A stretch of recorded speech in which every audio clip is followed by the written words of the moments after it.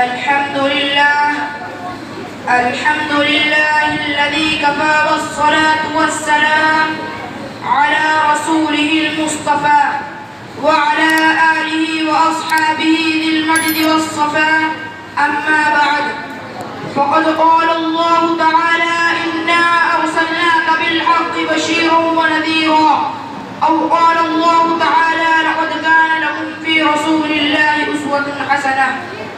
صدر محترم اور حاضرین جلسہ، یہ میری بڑی خوش قسمتی ہے کہ آپ لوگوں نے مجھے کچھ کہنے کا حکم فرمایا ہے.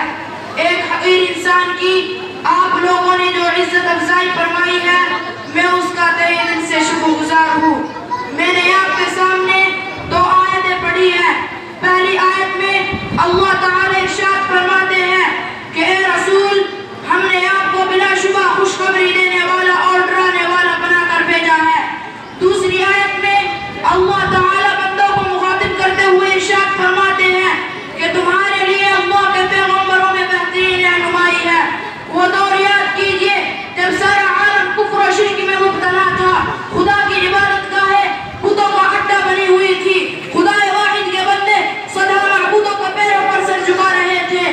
دین حق کے طلبگاروں کو کوئی ایسا عالم نہ ملتا تھا جو انہیں صراط مستقیم پر گامزن کرے. ایسے میں رحمت الہی متوجہ ہوئی. اب دین و شریعت کا موسم خزاں رخصت ہو رہا تھا. موسم بہار آیا اور اس عنوان کے ساتھ آیا کہ چمنستان عالم گلو گلزار ہو گئے. شریعت حقہ کی خوشبو 4 دانگ عالم میں پھیلنے لگی. یعنی پیغمبر آخر الزمان، ہادی برحق، فخر الرسول، سرکار عالم صلی اللہ علیہ وسلم اس دنیا میں ایک کامل اور مکمل شریعت لے کر تشریف لائے.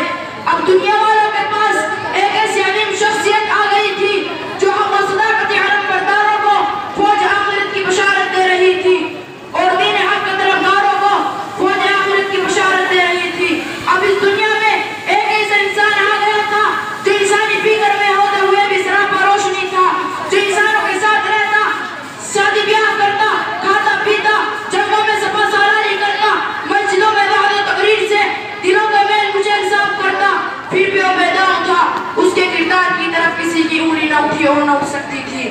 دین حق کے طلبگاروں کو اب ایک نمونہ مل گیا تھا، چنانچہ انہوں نے اس نمونے کو سامنے رکھ کر اپنی زندگی کا ڈھانچہ درست کر لیا. آئیے ہم اور آپ بھی اللہ تعالیٰ سے دعا کریں کہ وہ ہمیں اسی کے راستے پر چلائے. وآخر دعوانا الحمدللہ رب العالمین.